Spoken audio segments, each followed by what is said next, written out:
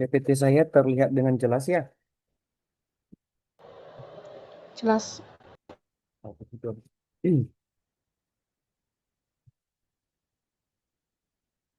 Baik, malam hari ini kita belajar satu topik yaitu gereja versi generasi milenial dan generasi Z atau disingkat lebih gaulnya itu Gen Z. Nah, pada malam hari ini kita akan belajar bersama-sama. Tentunya kalau misalnya ada nanti saran tambahan untuk melengkapi materi yang saya sampaikan ini, saya sangat berterima kasih sekali.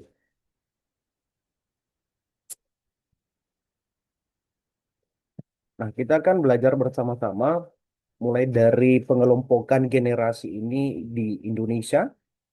Ini ada beberapa generasi yang saya lihat dari sebuah situs universitas. eh, Generasi di Indonesia ini beserta populasinya. Nah, kalau kita lihat di bagian pertama ini, karena saya urutkan mulai dari generasi yang termuda, eh, di atas ini adalah post generasi Z atau kita tahu bersama bahwa itu disebut sebagai gen alpha, generasi alpha. Itu jumlah jiwanya sekitar 29.017 juta jiwa. Kemudian ada generasi Z itu sebanyak 74,93 juta jiwa. Dan kemudian ada generasi milenial itu 69,38 juta. Kemudian generasi X berjumlah 58.065 juta jiwa. Kemudian baby boomer jumlahnya 31,1 juta jiwa. Pre-boomer yaitu 5,3 juta jiwa. Mengapa saya menampilkan hal ini? Karena ketika kita melihat nanti bagaimana pelayanan di generasi milenial, kita sangat dipengaruhi atau kita akan memberikan semacam uh, dampak bagi kedua generasi ini dalam pelayanan kita. Dan tentunya di gereja-gereja di mana kita berada saat ini, yang banyak jumlahnya itu adalah generasi Z dan generasi milenial.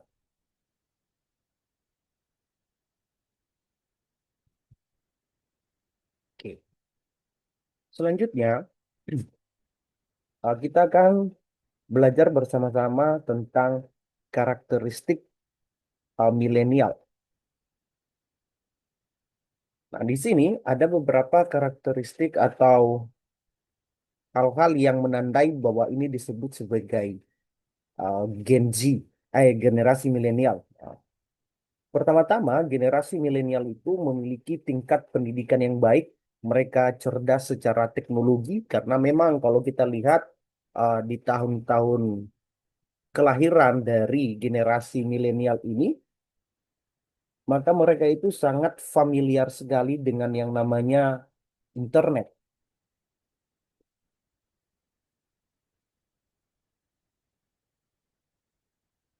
Kemudian, generasi milenial ini adalah orang yang sangat berani, inovatif, kreatif, dan modern.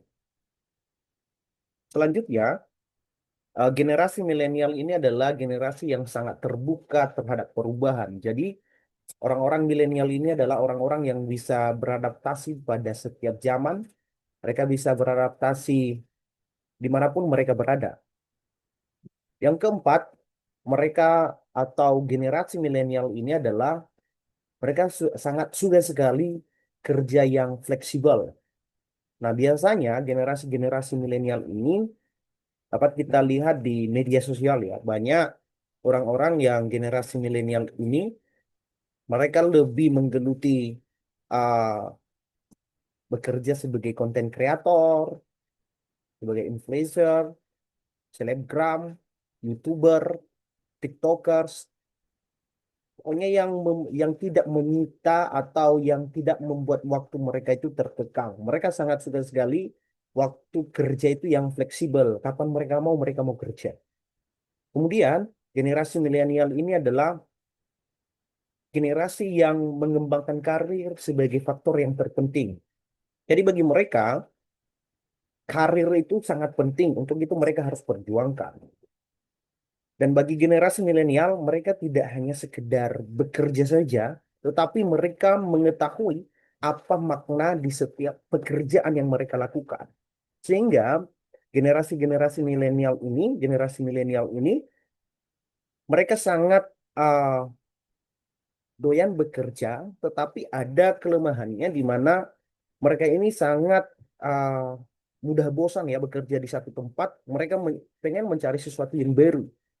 Jadi mereka lebih mengutamakan bagaimana cara mereka berkembang, tetapi mereka lupa juga bahwa mereka harus memiliki konsisten dalam bekerja di satu tempat supaya apa ya kalau misalnya kerja 1 2 tahun di satu tempat itu kemudian pindah itu rasa-rasanya tidak enak sekali.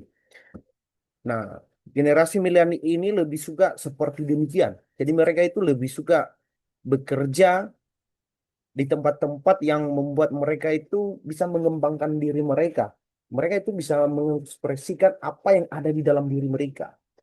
Jadi tidak heran apabila banyak generasi milenial akhirnya berpindah pekerjaan, salah satunya yaitu karena mereka tidak bisa mengekspresikan apa yang ada di dalam diri mereka atau perusahaan-perusahaan atau tempat kerja mereka itu tidak menerima inovasi ataupun pendapat-pendapat mereka.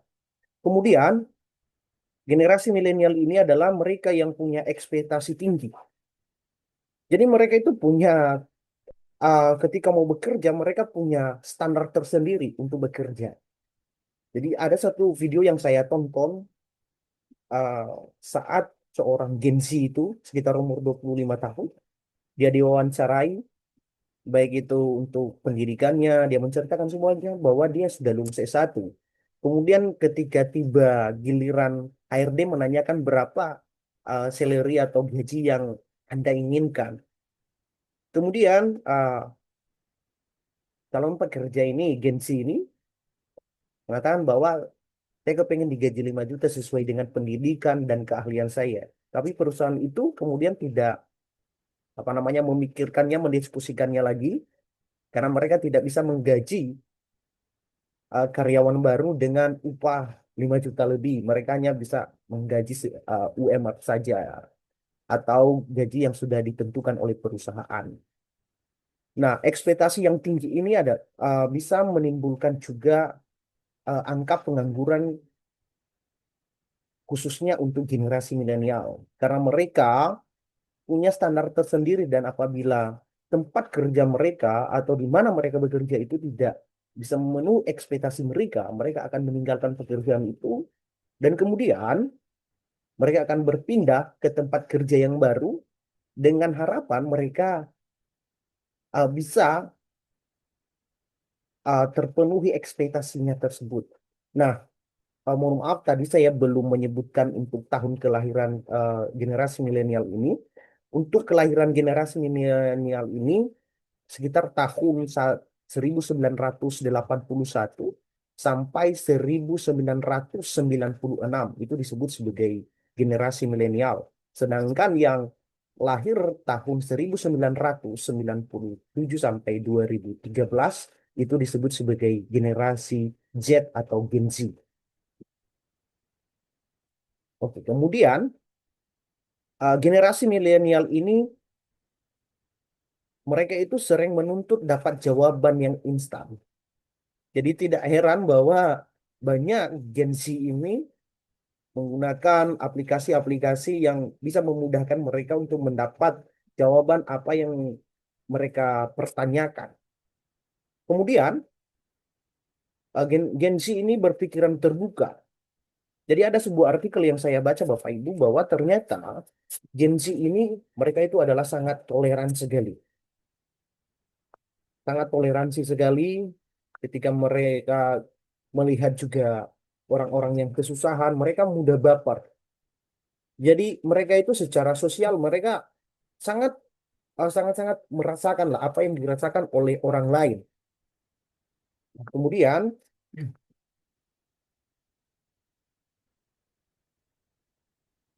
mohon maaf kok enggak kelihatan. Oke. Nah, kemudian uh, Gen Z ini mereka itu mempunyai keterampilan yang sangat beragam. Jadi mungkin mereka itu multi talent lah seperti itu. Mereka bisa apa saja.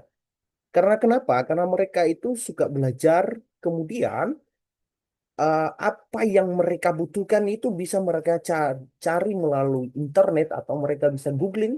Kemudian mereka bisa belajar secara otodidak dan menerapkannya.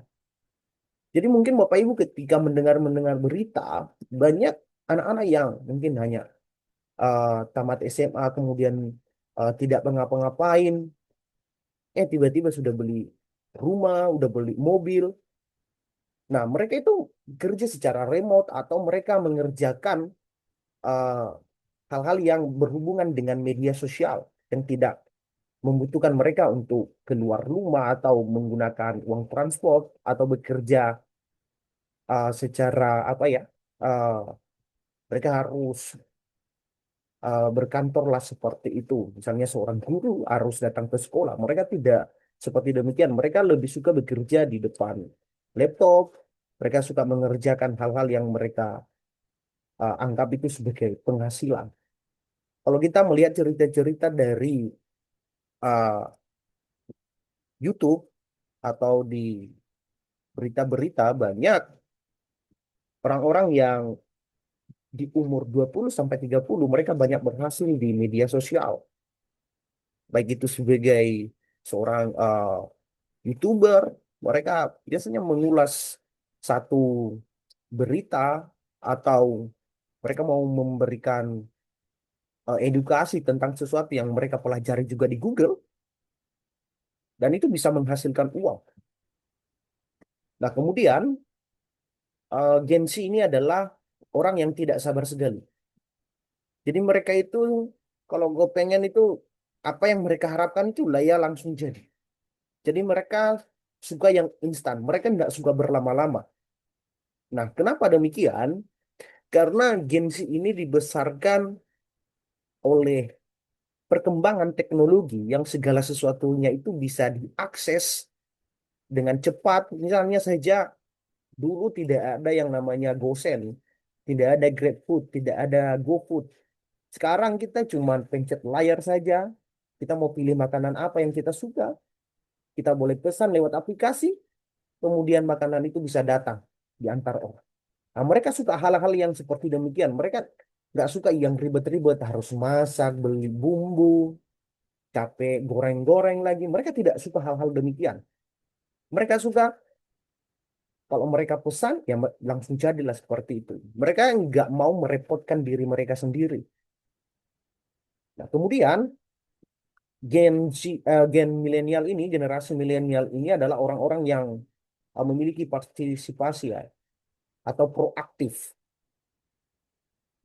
Kemudian generasi milenial mereka sangat senang sekali jika di suatu tempat atau ketika mereka bergabung di sebuah organisasi, um, tidak ada yang namanya batas hierarki atau level kekuasaan. Jadi mereka kepengen berada di sebuah komunitas di mana pemimpin, mau itu anggota atau mempunyai jabatan tertentu itu sama semua derajatnya. Jadi mereka itu punya paham bahwa setiap orang itu memiliki derajat yang sama. Kemudian kita akan melihat karakteristik generasi Z atau Gen Z. Pertama-tama, Gen Z itu suka berkolaborasi dalam melakukan pekerjaan. Jadi mereka suka sekali bekerja secara berkelompok, saling mendukung. Itu saya bisa lihat sendiri di tempat saya mengajar bahwa ketika anak-anak itu saya suruh untuk misalnya mengerjakan sesuatu, mereka sangat senang sekali. Dan biasanya Gen Z ini sangat apa ya? eh, Mereka itu bisa menemukan ide-ide yang brilian yang di luar apa yang kita pikirkan. Mereka suka sekali membuat sesuatu yang belum kita terpikirkan. Nah, Jadi mereka ini adalah orang-orang yang sangat inovatif sekali. Mereka suka dengan pekerjaan yang memang dilakukan secara bersama-sama. Kemudian, Gen Z ini juga adalah generasi yang sangat fleksibel. Maksudnya tidak mau terikat. Ketiga, Gen Z ini adalah mereka yang sangat menyukai tantangan dan dimotivasi oleh pencapaian. Jadi mereka sangat uh, suka sekali dengan hal-hal yang menantang. Keempat, Gen Z ini, mereka ini adalah generasi yang suka mencari cara yang baru dalam menyelesaikan masalah. Kemudian, Gen Z ini adalah generasi yang mahir teknologi. Ya kita sudah tahu bersama lah bahwa generasi Z ini adalah generasi yang sangat sangat seperti dibesarkan lah oleh teknologi. Mereka saja masih ada di perut, sudah diperiksa lewat USG ya, sudah berkaitan langsung dengan teknologi. Yang keenam, Gen Z ini adalah mereka yang suka mengumbar privasi. Jadi Bapak Ibu tidak usah kaget kalau misalnya ada anak-anak yang kelahiran mulai dari 97 sampai 2013 itu, mereka suka sekali memposting hal-hal yang mereka capai. Misalnya mereka juara, mereka posting di internet, atau mereka meraih sesuatu, mereka posting di internet, atau bahkan hal-hal yang uh, sebenarnya tidak boleh diumbar di publik lah seperti itu. Misalnya masalah keluarga, mereka akan menuliskan situs mereka. Nah, kemudian Gen Z ini adalah termasuk juga generasi yang senang mandiri. Kemudian yang kedelapan, Gen Z ini adalah generasi yang toleran, sama dengan generasi milenial. Dan kemudian Gen Z ini adalah mereka yang suka berkomunikasi secara maya. Karena memang mereka dibesarkan oleh media sosial, mereka sangat senang sekali punya teman secara dunia maya. Dan biasanya mereka juga akan memposting foto-foto yang mempercantik diri mereka dengan filter-filternya. Jadi mereka itu berusaha membanggakan dirinya di media sosial. Namun sebenarnya kalau misalnya secara realnya, secara nyatanya tidak seperti demikian. Dan yang ke-10, generasi milenial ini juga, generasi Z ini memiliki ambisi. Nah, ini yang menjadi fokus kita sekarang untuk permasalahan Gen Z. Oh, mohon maaf.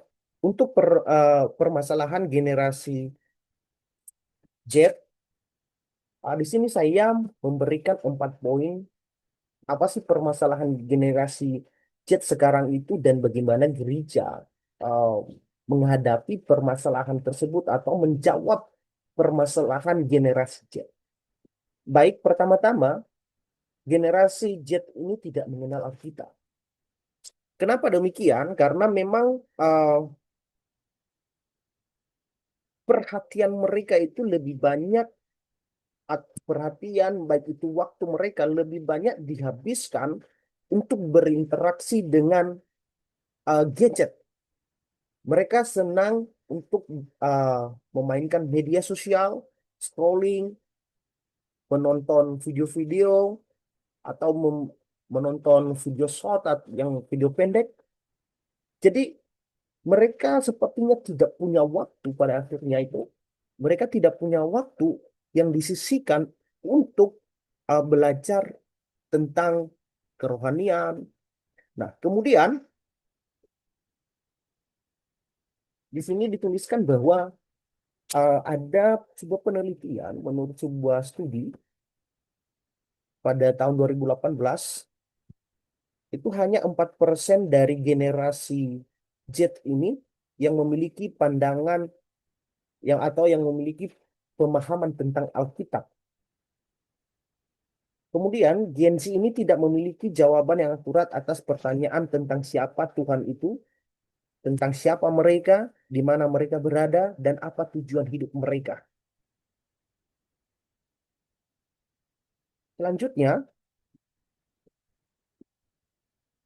dari dua poin ini, di poin ketiga di bawahnya ini, dari permasalahan mereka bahwa hanya sekitar 4% dari jumlah Gen Z ini yang bersentuhan langsung dengan Alkitab, yang memiliki pemahaman tentang Alkitab, yang diajar dengan baik, maka ini adalah peluang bagi kita untuk melayani mereka.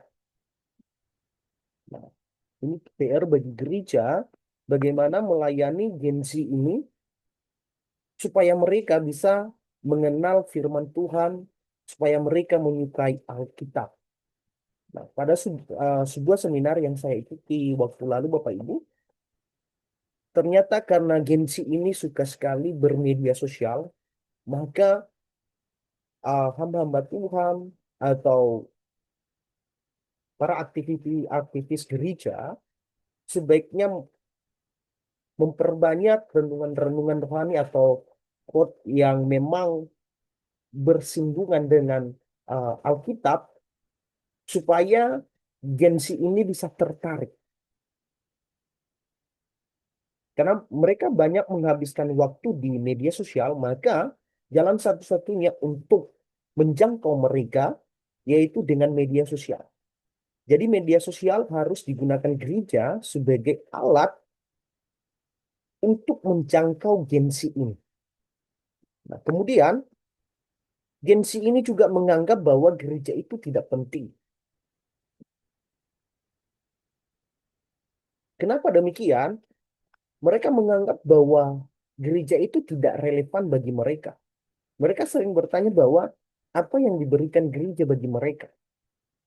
Apa yang seharusnya gereja berikan bagi mereka? Apakah gereja sudah hadir untuk menjawab setiap permasalahan mereka atau tidak? Nah, ini adalah PR bagi gereja dan terlebihnya untuk para pemimpin gereja lah seperti itu secara organisasi, gembala atau uh, para penatua dan majelis harus bisa menjawab pertanyaan atau harus bisa memberikan waktu untuk melayani Gen Z ini dan sekaligus mengarahkan mereka bahwa gereja hadir untuk menjawab setiap permasalahan mereka. Karena kenapa? Bahwa ternyata menurut sebuah penelitian, Gen Z ini adalah orang-orang yang memang mentalnya itu lemah. Sehingga banyak Gen Z itu yang memang butuh konselor. Mereka sering mendatangi tempat-tempat untuk konseling, untuk menjawab permasalahan mereka. Nah, untuk itu, bagaimana gereja menjawab tantangan ini untuk melayani Gen Z? Ya, seperti waktu lalu pernah saya sampaikan bahwa cara satu-satunya bagaimana gereja melayani Gen Z ini, terutama mengenai kesehatan mental mereka, itu dengan menyediakan konselor atau setidak-tidaknya pendeta atau gembala sidang itu harus menjadi pendengar atau konselor yang baik bagi jemaatnya. Nah, tentunya pendeta juga harus banyak belajar untuk hal ini supaya bisa menjawab setiap kebutuhan dari Gen Z ini. Ketiga, generasi Gen Z ini adalah generasi yang merasa cemas secara sosial. Jadi mereka itu ketika berada di tempat keramaian, mereka itu sering menganggap apakah saya diterima di tempat ini? Apakah saya bisa diterima atau tidak? Lalu mereka akan bertanya, bagaimana saya bisa beradaptasi di komunitas ini? Nah, jadi di sini bahwa kesehatan mental Gen Z ini sebenarnya buruk. Nah, untuk itu perlu pembenahan dari firman Tuhan supaya membangun citra diri mereka bahwa mereka itu adalah ciptaan Allah yang sangat sempurna. Mereka tidak perlu minder karena mereka adalah gambar dan rupa Allah. Kemudian di poin selanjutnya ini, di poin keempat, bahwa kebanyakan dari Gen Z ini adalah generasi yang hidup secara daring. Jadi, seperti yang saya katakan tadi di awal bahwa tentang karakteristik Gen Z, bahwa Gen Z itu lebih suka punya teman di dunia maya daripada secara tatap muka seperti ini, di real-realnya, karena mereka itu sering menutupi kelemahan mereka. Mereka pengen terlihat sempurna, mereka ingin terlihat baik. Nah, untuk itu, mereka tidak mau ada orang yang mengetahui lebih dalam tentang diri mereka. Jadi mereka kepengen di satu sisi itu mereka pengen membangun privasi mereka, tetapi di satu sisi juga mereka mengumbar privasi itu, hal-hal yang tidak boleh sebenarnya diketahui. Nah, tentunya ini adalah sebuah dilema bagi mereka sendiri, bagi mental mereka. Untuk itulah gereja hadir bagaimana mengarahkan Gen Z ini. Di era digital telah membuat kita lebih berhubung daripada sebelumnya. Gen Z adalah generasi yang paling kesepian sepanjang masa karena mereka lebih lebih dipenuhi oleh sorotan sorotan media sosial untuk tampil lebih hebat, untuk tampil lebih baik atau lebih cerdas dari orang lain, sehingga mereka takut ketika nanti di kehidupan nyatanya mereka tidak seperti demikian. Nah, untuk itu dari 4 poin ini bahwa gereja sangat sangat memiliki andil untuk membentuk citra diri daripada Gen Z ini, dan gereja harus bisa menjawab pertanyaan-pertanyaan dari generasi Z ini. Bagaimana gereja bisa mengarahkan Gen Z ini bahwa gereja ini adalah tempat terbaik untuk mereka mengadu pada setiap persoalan-persoalan mereka. Dan tentunya dibutuhkan juga orang-orang yang profesional untuk menangani hal demikian. Berikutnya, bagaimana cara kita menjangkau generasi milenial dan generasi Z? Yang pertama-tama adalah kita harus menciptakan pengalaman gereja yang interaktif dan menarik. Jadi untuk menarik perhatian generasi Z atau Gen Z, gereja perlu mengubah cara mereka menyampaikan pengalaman ibadah dan pelayanan, mengintegrasikan elemen-elemen kreatif seperti musik, kontemporer, seni visual, dan teknologi dalam ibadah dapat membuat pengalaman lebih relevan dan menarik. Nah, gereja memang di satu sisi ini adalah dilema, karena kebanyakan gereja ketika berusaha menarik Gen Z dan generasi milenial ini sering kebablasan. Misalnya saja saya ambil contoh Bapak Ibu untuk seperti apa ya, pakaian saat beribadah. Kan generasi milenial itu atau Gen Z itu kan lebih senang pakaian atau mode yang membuat mereka nyaman. Tapi di satu sisi banyak anak-anak muda yang generasi milenial dan Gen Z ini hanya uh, menggunakan pakaian atau fashion yang memang tidak seperti tidak memuliakan Tuhan seperti itu. Nah, untuk itu gereja juga harus bisa memberikan batasan-batasan tertentu untuk setiap modifikasi daripada ibadah maupun pelayanan. Terlebih untuk apa ya, musik, jangan sampai ketika dalam penyembahan dan pujian kebanyakan anak-anak muda itu hanya fokus pada musiknya saja, pada nyanyiannya saja, tanpa mendalami apa yang mereka nyanyikan. Dan yang kedua, gereja harus mengadopsi pendekatan yang otentik dan inklusif. Artinya gini, generasi Z ini, mereka itu sangat menghargai yang namanya keautentikan. Di mana dalam setiap interaksi yang mereka lakukan, mereka mengharapkan bahwa apa yang mereka lihat, apa yang mereka dengar, itu adalah hal-hal yang murni yang ditemukan di dalam Alkitab. Nah, untuk itu gereja juga tanpa mengabaikan seperti yang saya sampaikan kemarin bahwa tentang gereja mula-mula, ada di sana pola-pola gereja mula-mula, kita gereja perlu bercermin terhadap gereja mula-mula, kemudian apa namanya, menyalinnya bukan secara kaku, tetapi memodifikasinya tanpa menghilangkan esensi dari pola atau kehidupan dari gereja mula-mula tersebut. Nah, untuk itu gereja harus juga hadir sebagai teman bagi generasi milenial dan generasi Z ini. Karena mereka suka sekali dengan yang namanya kesetaraan. Mereka sangat senang jika lawan bicara mereka itu mereka anggap sebagai teman, maka mereka lebih leluasa terbuka. Mereka lebih leluasa untuk mengungkapkan apa yang mereka pikirkan, apa yang ada di dalam hati mereka.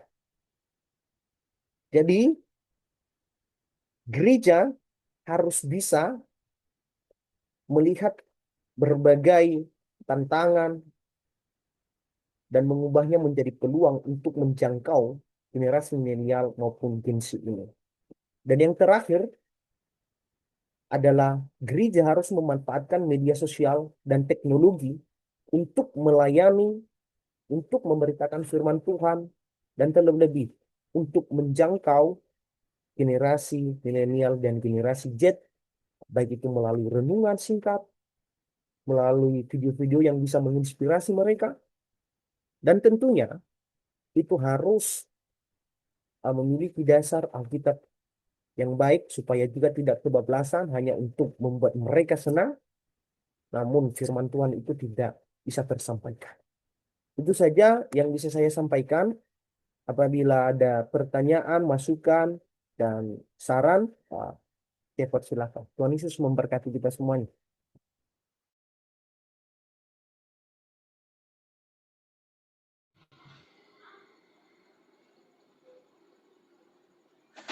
Halo. Oh iya, benar. Terima kasih buat materinya, Pak. Sangat menarik sekali untuk dibahas. Eh, kan pengalaman saya, ya memang tidak bisa dipungkiri bahwa kedua generasi ini merupakan generasi yang terbanyak begitu ya. Dan memang sesuai fakta-fakta yang sudah dijabarkan tadi bahwa kebanyakan khususnya Gen Z ini, Gen Z, mereka itu adalah pribadi yang sangat-sangat tertutup. Nah, bagaimana cara gereja mendekati mereka, sedangkan mereka aja memiliki kepribadian yang tertutup begitu, terbuka. Ada yang sebagian mereka memang menutup diri ya, atau kepribadiannya lebih ke introvert gitu. Jadi sulit menjangkau jiwa-jiwa yang seperti itu, begitu ya. Nah, waktu eh, di kampus saya dulu, ada strategi mereka untuk menjangkau generasi ini. Berdasarkan fenomena yang terjadi bahwa ada banyak generasi-generasi muda yang saat ini melepas stres mereka itu di kafe. Mereka lebih banyak nongkrong di sana, bercerita bersama teman-temannya. Mereka lebih memilih kafe daripada rumah-rumah ibadah. Mereka merasa lega di situ.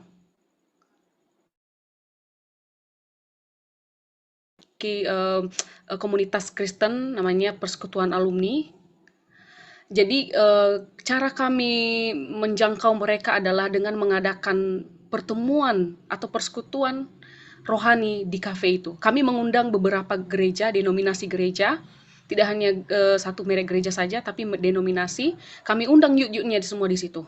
Kemudian kami adakan di sana semacam talk show, ada ibadahnya, ada sharing-sharingnya, dan di sana pun mereka terbuka akhirnya berdiskusi em, hal yang bisa dilakukan untuk menjangkau mereka.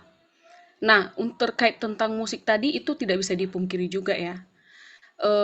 Bahkan saya melihat gereja-gereja Lutheran sekarang yang sebenarnya dari dulu yang saya lihat ya, berdasarkan pengalaman saya juga di kampung-kampung, kalau mereka dengarkan musik aja, tepuk tangan aja, mereka itu sangat anti sekali. Tetapi mereka, saya melihat di sekarang ini, malahan mereka mengikuti seperti gereja-gereja karismatiknya. Bahkan saya kaget pun ada yang bermain tamborin begitu. Yang seyogyanya kita lihat itu hanya ada di gereja-gereja karismatik begitu. Tapi di zaman sekarang malahan di gereja-gereja Lutheran sekalipun yang dulunya anti terhadap musik-musik yang girang begitu tepuk-tepuk tangan, justru mereka menjadikan itu sebagai perubahan begitu ya supaya menarik youth-youth tadi. Nah, kita nggak bisa pungkiri, tidak bisa memungkiri hal tersebut demi menjangkau jiwa-jiwa, karena sekarang memang generasi-generasi muda itu tertarik terhadap musik gairah mereka, semangat mereka untuk bersuka cita, untuk memuji Tuhan, begitu. Dan terhadap media sosial juga itu tidak bisa dipungkiri ya, kita hidup di perkembangan zaman dengan teknologi yang sungguh canggih dan itu juga sangat efektif untuk menjangkau beberapa jiwa khususnya generasi-generasi yang menggunakan gadget begitu. Begitu Pak yang saya sharingkan saja berdasarkan fakta-fakta yang sudah Bapak uraikan tadi. Terima kasih. Oke, terima kasih Saudari Doriska. Memang benar seperti demikian. Karena sesuai juga pengalaman saya di lapangan, kebanyakan memang khususnya anak-anak muda ya, yang umur dua, mungkin 17 tahun lah selesai SMA, lulus SMA, sampai umur-umur sekitar 30. Mereka itu sangat senang sekali kalau misalnya mereka itu beribadah di luar gereja. Pernah saya coba, nanti bisa juga teman-teman yang lainnya, Bapak Ibu yang ada di sini juga bisa um, menguji langsung ya apa yang saya sampaikan ini. Jadi suatu waktu saya di program pelayanan Komuda di sana dari dalam 1 bulan itu 1 kali ibadah yang dilaksanakan di gereja. Kemudian eh, ibadah yang 2 kalinya itu kami adakan di rumah-rumah Komuda. Dan yang ketiga kami pilih tempat seperti yang Saudari Doris kan tadi sampaikan itu di kafe. Jadi kami nongkrong. Nah, ternyata waktu uh, jadwal ibadah ini saya bandingkan berapa jumlah kehadiran Komuda. Ternyata ketika beribadah di gereja itu tidak sampai 10 orang. Ketika di rumah-rumah mungkin 15 sampai 20 orang. Tapi ketika di kafe ada pun anak muda yang kerja dia minta izin. Itu sampai-sampai pun saya heran. Ada kaum muda yang belum pernah datang, itu ketika dengar kita mau ibadah di kafe, dia mau datang. Nah, setelah saya bertanya kenapa demikian, jawabannya adalah saya tidak diberkati dengan pendeta yang berkhotbah atau yang mengajar. Saya pernah temukan hal demikian di gereja. Bahkan, mohon maaf, eh, karena memang waktu itu saya pelayanan di Jawa dan sama-sama kaum muda ini adalah orang Sumatera, jadi lebih banyak terbuka dengan saya. Jadi mereka itu sering mengatakan bahwa sebenarnya kami ini pengen keluar dari gereja, tapi kami nggak tahu harus bergereja di mana. Karena di tempat itu hanya sekitar ada 2 gereja.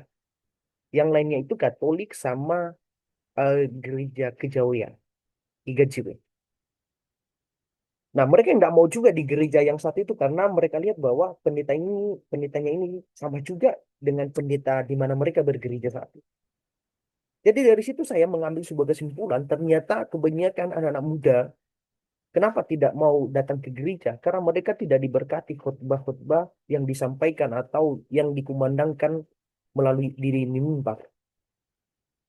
Khotbah-khotbah yang disampaikan oleh para pengkhotbah, oleh para pendeta tidak bisa menjawab permasalahan mereka. Dan di gereja itu mereka merasa terkekang. Mereka itu dibentengi oleh tembok gereja itu. Mereka nggak bisa leluasa untuk bertanya atau berkomunikasi secara baik dengan teman-teman yang lainnya atau teman-teman pemuda yang lainnya. Tapi ketika di kafe, mereka itu bercandanya, ada yang mode serius, sampai bercanda. Jadi lebih leluasa sekali. Mereka tidak merasa terbebani atau mereka sering berpikir gini, mungkin di gereja itu bukan tempat kita untuk bermain. Mungkin mereka terkekang dengan yang mana gedung gereja itu yang mungkin sangat rohani sekali, tetapi ketika mereka berada di kafe atau di tempat-tempat yang lainnya, mereka bisa bertemu, mungkin mereka lebih leluasa untuk menyampaikan apa yang mereka pikirkan, apa yang ada di dalam hati mereka. Oke, itu saja. Ada yang mau menambahkan? Saya rasa Bang Filipus bisa menambahkan ya.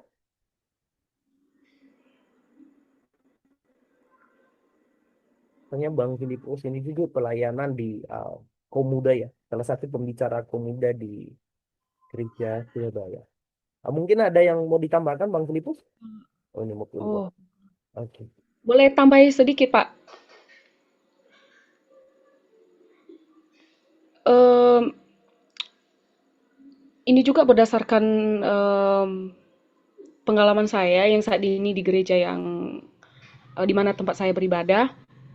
eh Banyak memang jemaat yang melihat bahwa ibadah itu ton. Nah, bagaimana strategi untuk mengubah itu supaya eh, tetap Alkitabiah, tapi dengan cara yang berbeda. Jadi kami juga ada program seperti mengadakan ibadah yuk, tapi cara ibadahnya itu seperti sharing, Pak. Sharing-sharing. Jadi kami misalnya membuka satu Alkitab ayat nih. Nah, nanti kami sharing tentang ayat itu. Bagaimana pendapat kamu, bagaimana pengalaman kamu. Nah, mereka lebih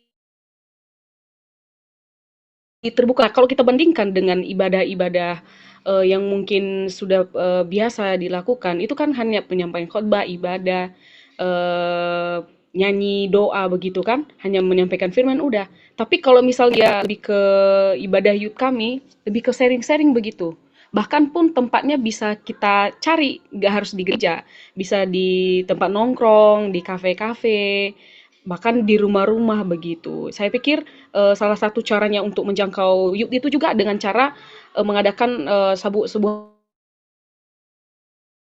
hanya sekadar untuk ibadah yang monoton begitu, tetapi adanya sharing-sharing begitu, di mana ketika mereka berbicara tentang keadaan diri mereka, kita bisa berdiskusi bagaimana solusinya begitu, tapi tetap pada firman Tuhan begitu, Pak, sehingga mereka pun dapat apa yang disampaikan pun tersampaikan begitu. Itu menurut saya.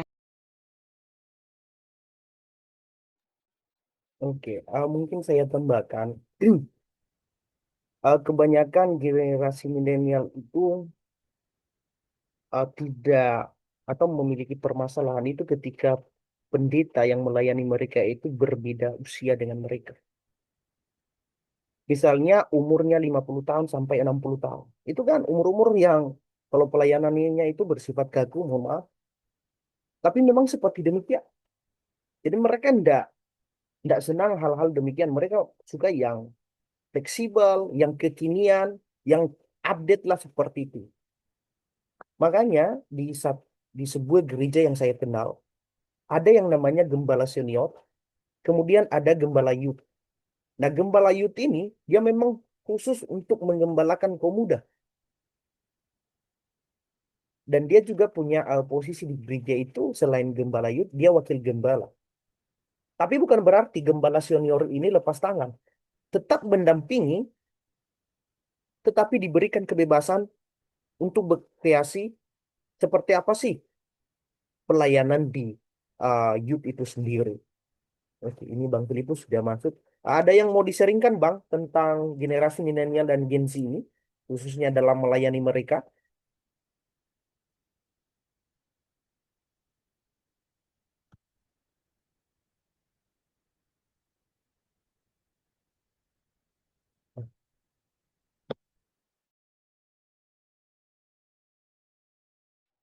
Dari saya masih belum ada.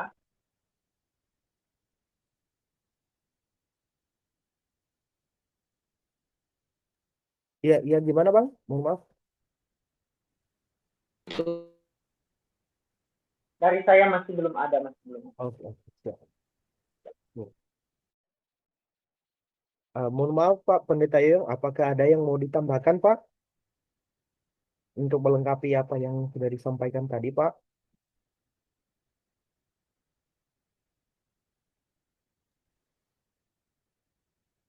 Ya, saya pada waktu penggembalaan dulu itu kan juga ada youth-nya ya. Sampai kami pernah melakukan hal-hal yang seperti sampai kita buka bikin satu ruko itu di dalamnya itu kita siapkan semua peralatan-peralatan untuk mereka main game, untuk mereka apa sajalah tentang apa internet, tentang medsos begitu. Kita udah siapkan dulu itu sampai begitu bagus dan di atas kita bikin juga itu dekornya seperti cafe, kita bikin seperti begitu. Tapi itu cuma sesaat, sesaat. Nah, sebenarnya yang yang seperti begini, anak-anak muda begini ya, itu harusnya tuh memang dari awal. Makanya kan firman Tuhan bilang kan kepada orang-orang tua itu adalah apa sih?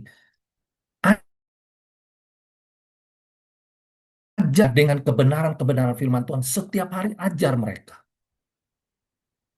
Lalu firman Tuhan katakan, sehingga nanti ketika mereka bertumbuh menjadi dewasa, mereka tidak akan menyimpang dari jalan-jalan itu. Jadi yang membuat mereka itu sekarang ini lemah, yang membuat mereka itu sekarang acuh tak acuh terhadap gereja, terhadap Tuhan, ini bukan gereja lagi nih kita bicara sekarang. Orang-orang milenial ini, kelahiran sebenarnya eh, eh, krisisnya ini bukan di gereja, bukan, tapi krisisnya di iman mereka sebenarnya, krisisnya. Nah, krisis iman mereka ini terjadi oleh karena apa? Oleh karena dasar dari kecil mereka, orang tuanya tuh tidak membekali mereka, tidak mengajar mereka begitu rupa. Kenapa? Nah, ini makanya kita jangan melihat ke ke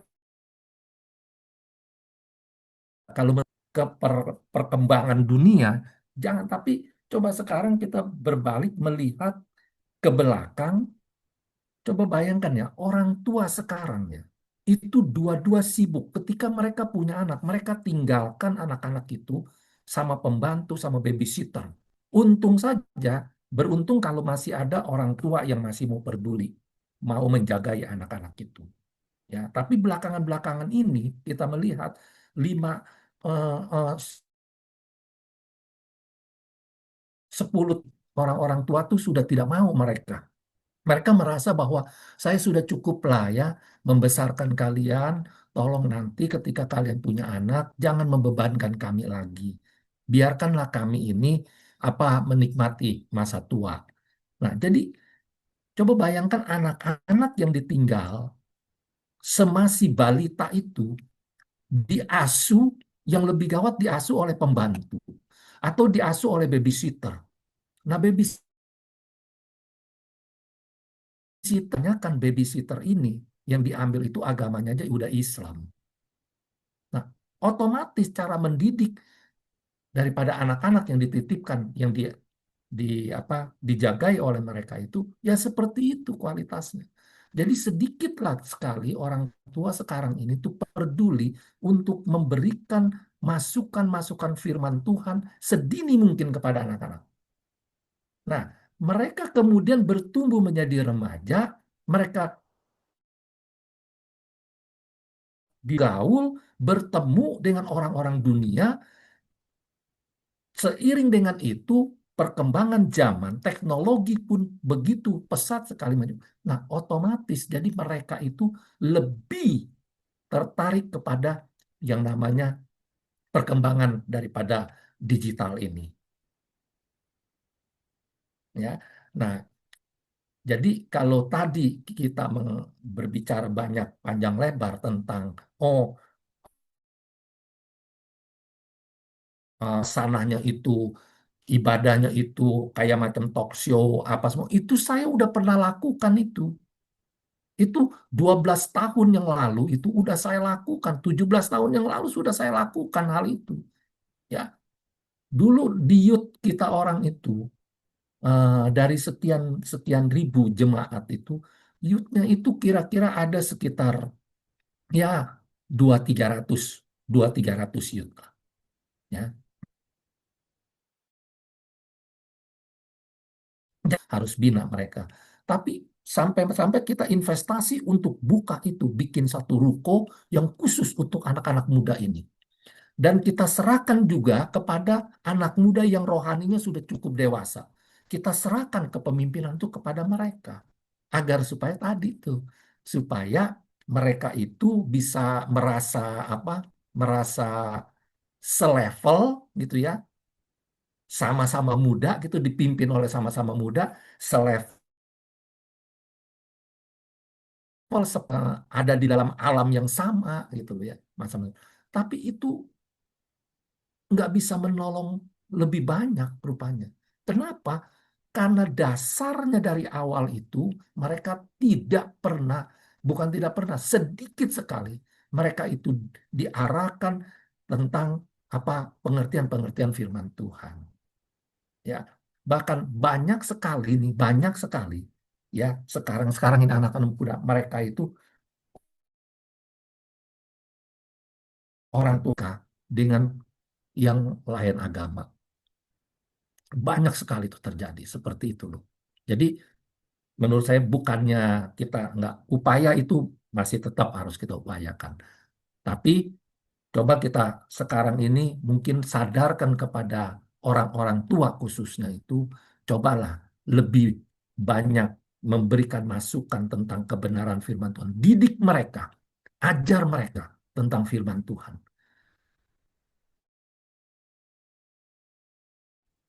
Setiap Sabtu, saya selalu sempatkan mereka untuk bertemu saya. Dan pertemuan keluarga ini, saya selalu mengatakan tentang firman Tuhan. Saya selalu mengajarkan bagaimana kehidupan di depan.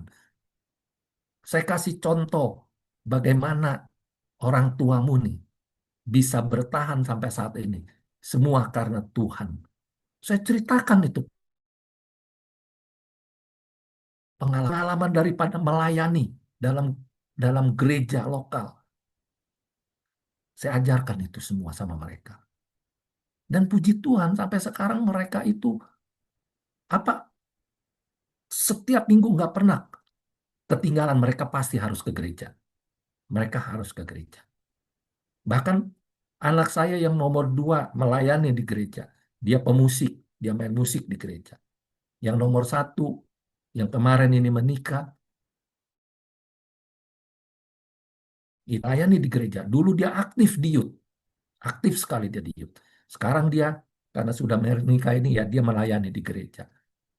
Yang terakhir nomor 3, mereka itu dia setiap minggu nggak pernah absen, dia harus ke gereja.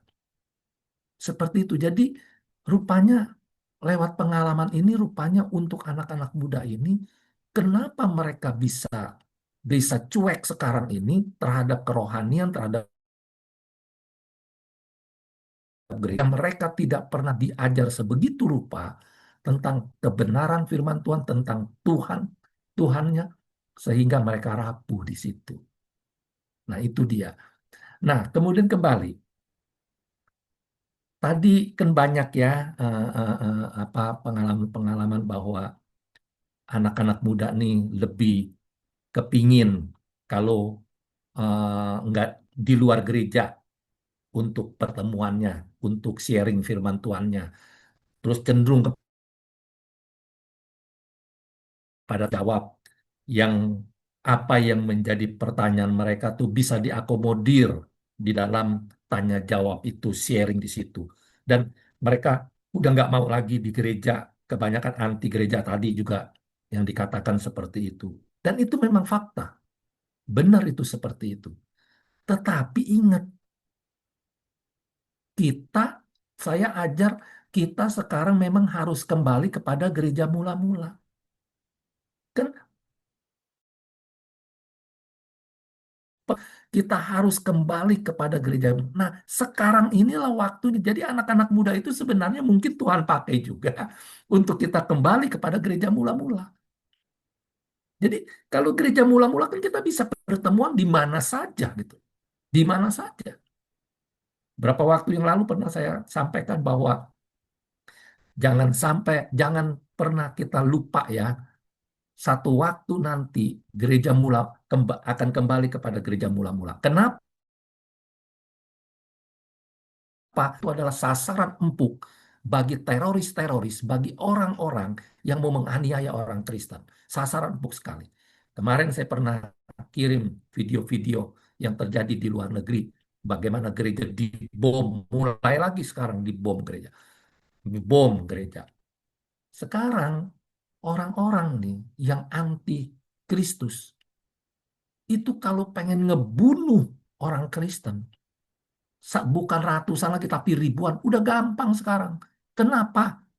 Karena gereja-gereja besar yang bisa menampung sampai ribuan, sekali ibadah itu bisa sampai 3.000, bom bunuh diri, sekali masuk 6 orang di setiap sudut mereka mereka tempati, kemudian begitu waktu acara firman Tuhan, mereka pencet bareng-bareng, selesai. 3.000 mati semua. Mati semua. Nah, bagaimana dengan gereja mula-mula? Aman. Kenapa? Karena nggak terdeteksi. Nah, begitu juga dengan anak-anak muda. Ketika kita ada kembali kepada gereja mula-mula, mereka lebih suka sekarang anak-anak muda di situ. Dan pengajarannya nggak menonton seperti di gereja satu arah. Tapi di pemuritan itu kita ada 2 arah. Bisa sharing apa yang mau dipertanyakan. Apa ada persoalan apa nih yang selama ini dihadapi atau 1 minggu ke depan dihadapi oleh anak-anak muda.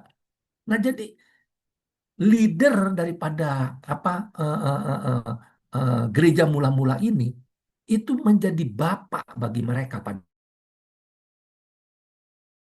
akhir setiap setiap keluhan, setiap pertanyaan mereka, setiap problem mereka bisa diakomodir di situ. Dan mereka nggak boring. Yang anti gereja, yang sudah kepahitan dengan gereja karena mereka banyak melihat orang-orang munafik dalam gereja, mereka nggak boring. Di satu tempat ini, minggu besok kita adain di tempat mana lagi, atau mereka yang bisa ngatur sendiri. Nah, itulah. Kalau menurut saya, eh, eh, karena yang tadi beberapa yang dipaparkan bahwa kita melihat mereka lebih suka dengan sosmed apa segalanya, internet apa segalanya, itu kami sudah lakukan dulu. Ya, itu 12 tahun yang lalu. Kita sudah fasilitasi itu semua, tapi nggak menolong banyak, nggak menolong, dan itu bubar dengan sendirinya. Ya, jadi sekarang tinggal gedungnya saja tuh, dekornya juga udah dah seperti itu. Pada akhirnya kita rombak lagi untuk. Nah, jadi menurut saya seperti itu saja masukan dari saya. Jadi intinya yang pertama kita harus kembali kepada gereja mula-mula. Jadi itu semua bisa diakomodir baik orang dewasa maupun anak muda karena tempatnya fleksibel.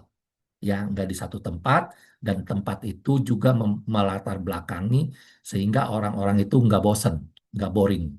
Itu yang pertama. Yang kedua,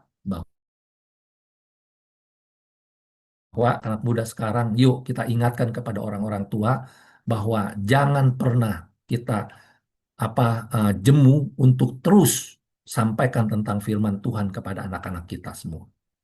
Sampaikan itu supaya mereka tertanam sehingga mereka akan terus berjalan di dalam apa yang digariskan oleh firman Tuhan. Ya, dia nggak kalah dengan konsep dunia pada akhirnya seperti itu. Nah, menurut saya seperti itu saja. Coba. Baik, Pak. Terima kasih untuk tambahannya, Pak. Apakah ada pertanyaan lainnya lagi? Hmm.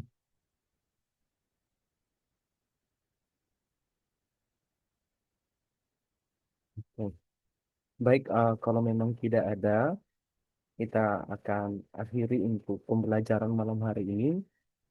Sekali lagi, saya mohon kesediaan Bapak Pendeta Yoyong untuk membawa kita dalam doa penutup untuk mengakhiri pembelajaran pertemuan kedua pada kerja pastoral ini, Pak. Oke, baik. Mari kita sama-sama berdoa ya.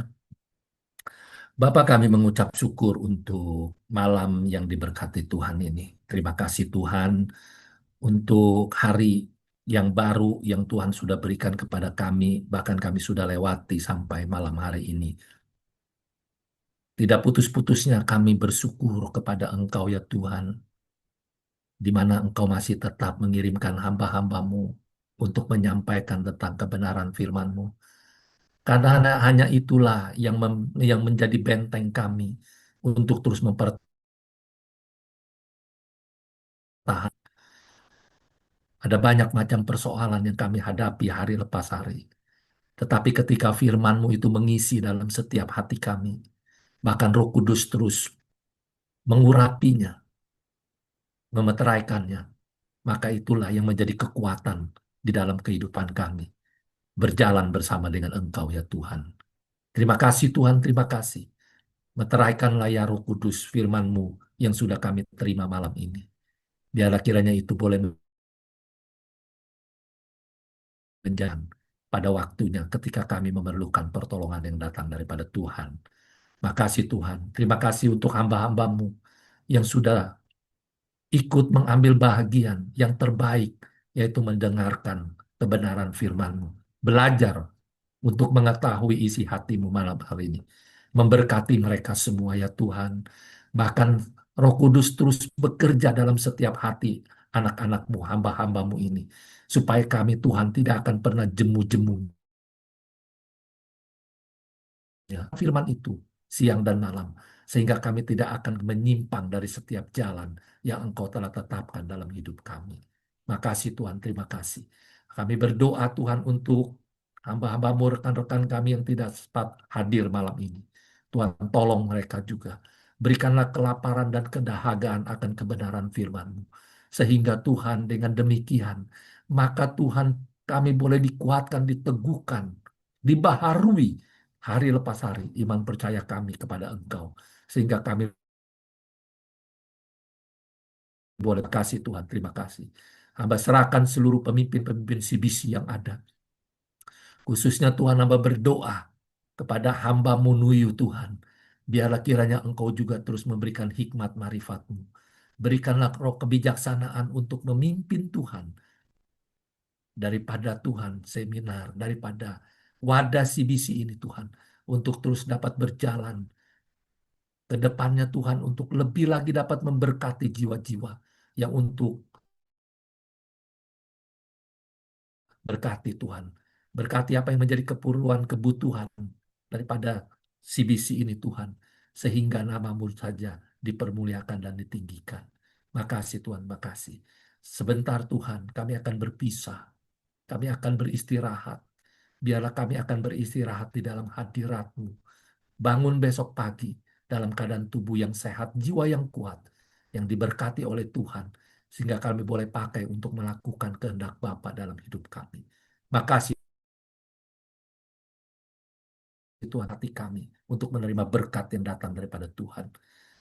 Biarlah kiranya berkat kasih karunia dan damai sejahtera yang berlimpah-limpah daripada Allah Bapa, berkat cinta kasih sayang daripada Tuhan Yesus Kristus, serta persekutuan yang manis daripada Allah Roh Kudus, terus menyertai saudara-saudara sekalian, mulai malam ini, Maranatha bahkan sampai selama-lamanya. Setiap kita yang diberkati Tuhan, sama-sama kita katakan, amin. Terima kasih hari-hari Terima yang kasih lalu Pak, Tuhan yang akan memberkati datang. Pak. Terima kasih, Tuhan memberkati semua ya. Ini Oke. Pak.